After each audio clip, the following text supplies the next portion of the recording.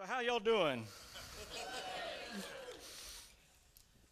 40 years ago this month, I was graduating from William&Mary. 40 years ago. Things have changed quite a bit. They don't wear tights as much as they used to back in the day. Chris, do you think I can set a trend with this tutu? So yeah, 40 years ago, a lot has changed here at William&Mary, and a lot has changed in this world. I'd like to talk today about the consequences of some of these changes and ask a question at the beginning. And that question is, what makes us sick? What makes us ill? If you ask a family doctor,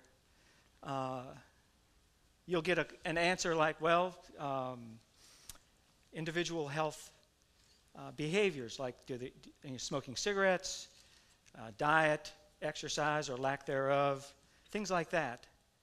But if you take the microscope away, instead of focusing on one person, on individual health behaviors, and you turn the focus onto groups of people, onto populations, a different story emerges. And this study of human populations and how diseases work in those populations is what is called epidemiology. And epidemiology was actually the first physician to engage in that pursuit of knowledge was this physician Thomas Sydenham back in the late 1600s. And one of his observations was the arrival of a clown, of a good clown, and that's because you can have a bad clown. Arrival of a good clown exercises a more beneficial influence upon the health of a town than of 20 asses laden with drugs. And what does he mean by that? I've spent the last 20 years of my life as director of Gesundheit Global Outreach to come to an understanding of this. And Gesundheit, as you may or may not know, is a nonprofit organization founded by Patch Adams, the guy in the movie. Our basic goal is to rehumanize healthcare. Patch, back in the 1970s, the early 1970s, had his ear to the rail and was able to hear and feel an increasing force of the dehumanization of not only patients in the healthcare system, but of physicians as well. And I can remember back in the day, nobody really took him seriously. Of course, when you dress up like this and walk around, people are inclined not to take you so seriously. But he has been working tirelessly, even before the movie, and especially after the movie, to build a free hospital in rural West Virginia, where healthcare will be deeply humanized, and as if every patient that we see as physicians is a member of our own family, a dear friend, where we are friends with our patients, and healthcare is practiced in an atmosphere of compassion, empathy, fun. Imagine going to a fun hospital. What would it be like? I wasn't going to tell you this story, and my wife is going to kill me, but I'll tell you. I went in for my yearly prostate check.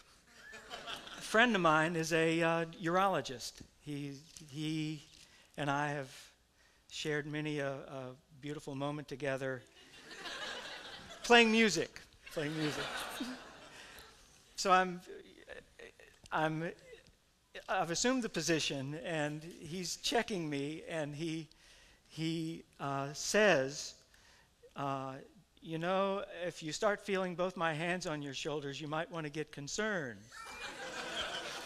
So I started laughing, and I was laughing, and he started laughing. So here he is with his finger on my prostate, and I'm laughing, and he's laughing, and the nurse hears us laughing, and she opens the door and sees us. We look at her, you know, and she starts laughing, and she shut the door and just shook her head. So healthcare can be fun. A prostate exam can be a joyful experience. And this is what we want. We want the children to come to the doctor loving the doctor. I have a 2.5-year-old son who was with the babysitter who took her elderly mother to a orthopedist to get a shoulder injection. And he was a little bit spooked about it when the doctor came in. And so they left the room and then came back towards the end of the interaction. And my son Mateo as they were leaving, the babysitter told Mateo, "Say goodbye to Dr. Weber." And Mateo went, "Bye-bye, Dr. Weber." And that night, he was lying in bed as we were tucking him into bed, and he looked up and he said, "Bye-bye, Dr. Weber." And then he got up the next morning, and one of the first things he said was, "Bye-bye, Dr. Weber." And so he has this sense of something special in that. And we want that to be for everybody. Imagine going to a place where you were in a hospice or in a situation where you know you are dying, you are losing that attachment to life, but being surrounded by beauty and loving kindness and having your own ideal death, as it were. And is it possible? Well, 30 years of clowning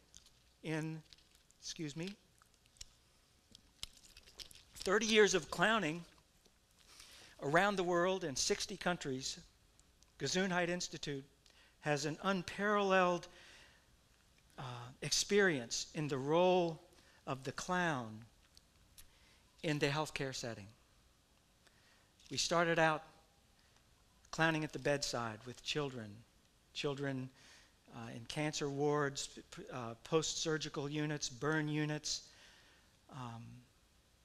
We have expanded that to prisons, psychiatric facilities, schools, street corners, airplanes, standing in the line at the customs offices going into these countries. And it also for traumatized populations in war zones and natural disasters, displacement camps. 60 countries going in without a shared language almost all the time, without a shared verbal language, the language of the body, the face, the presence. Dressed like this oftentimes. And so this is no less novel in a refugee camp in the Sahara Desert or in the jungles of Cambodia as it is here. They recognize that, what's this about? What is going to happen here? It's no longer business as usual. And the clown is a figure who goes back to the earliest of our human history and beyond.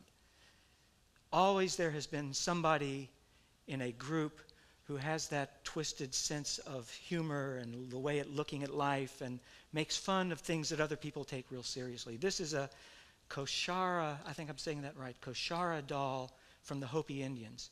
They have a very vibrant clown ritual that they do very regularly that I was fortunate one year to witness. And all they did was they dressed up like this and just chased little old ladies around. In Naples, Italy, there is a series of ceramic tiles in the monastery, Santa Chiara Monastery, depicting this character. He is one of the early representations of Pulcinella, the Italian clown who was sort of a bad boy, would steal and do things like that, but also he played beautiful music. And that clown tradition persists to this day. This is a coat of arms of my family, the Glicks from Swabia in Germany back in the 1500s. And notice the harlequin and the wheel of fortune. the word Glück. Any German majors here? Yeah. What's it mean? Luck. That's right. It's better to be lucky than smart. That's what I found. But something in my bloodline was this clown, lucky, goofy guy. So here's a typical clown group that we bring. This is a Russian clown trip from 1995. Notice the people at the edges who are not clowns, and they are just people that happen to be there who wanted to get into the picture. And that's what happens when you have a group of clowns, is that there are people who move towards them. There are also people who move away from them. In fact, the most common phobia in England is clown phobia. It's called coolophobia. And especially with the painted face. There's something about the painted face that creeps some people out. So we tend to not overemphasize face painting, but the red nose has been for us a passport into some of the most difficult places in this world. Hospitals with no beds, no food, no medicine. Burn units anywhere. War zones where children have been deeply, deeply traumatized. You remember the terrorist takeover of the school in the South Ossetia several years ago, where 600 students and elementary school students and their teachers were trapped in this school for 3 days, and then the special forces came in and all the terrorists were killed, and probably 200 to 300 children and adults also. It was a terrible, terrible experience for these children, and Russia basically split these families up in the sense that they would send the whole family to small psychiatric facilities throughout Russia. And so these children, age 8, 9, 10, a group that we worked with one day, there were about 7 or 8 of them. They were clearly unhinged by us walking in the room. There were 3 clowns, and 3 very experienced clowns. And the children, I've never seen in my life the changing facial expression so fast, from anger to fear to happiness to cruelty. They were expressing something very, very powerful in their play. And so after a few minutes we realized this isn't, whatever it is we're here that can be useful, this is not it. They would come towards us and run away. They would throw things at us, run away. They would make nasty gestures, then run away. So we were sitting down at a table, going to eat some cake. Let's eat cake. We brought some cake. So we set the cake up, and as everybody's getting ready, it just so happened that the girls were on one side of the table and the boys on the other. Girl clowns, girl students. Boy clowns, boy students. And one of our clowns nudged the little boy next to him and with his head, as in, watch this, and he stuck his tongue out at the girls and went, yeah. And so the girls saw this, and the clown on the other side picked up and sort of gathered, again, this is without language, gathered their forces, and they did back a bigger yeah. Yeah. So then it's like, okay, what happens now? So the boys, we look at each other, okay, ah! And then the girls look at each other, and they're getting their stuff together, and they're ah! Until 5 minutes later, taking turns, we are making we're like monsters. And laughing. And after that, the children were sitting in our laps and taking us by the hand, taking us to their room, wanting us to see where they lived. The Russian psychiatrist who was seeing this says, what do you call this therapy that you're doing? And this is the therapy of spontaneous improvisational play. That's how we define clowning. Spontaneous improvisational play. When I have been preparing for this talk, I would write down all my great points I'm going to make, my bullet points. Rawr, PowerPoint. Rawr.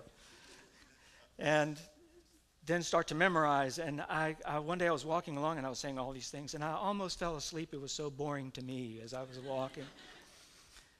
And so at that moment, I made a commitment. I said, I'm going to come out here and I'm going to speak the way I would speak to a child, the way I would want someone to speak to me, from not only the head, but the heart. I want to feel somebody's heart. I want to feel that we're connecting on something more than just a formal level. And that's, as a family doctor, I do connect on that formal level. Yet at the same time, there's something of a guy wearing a tutu in me that wants to go take that extra step.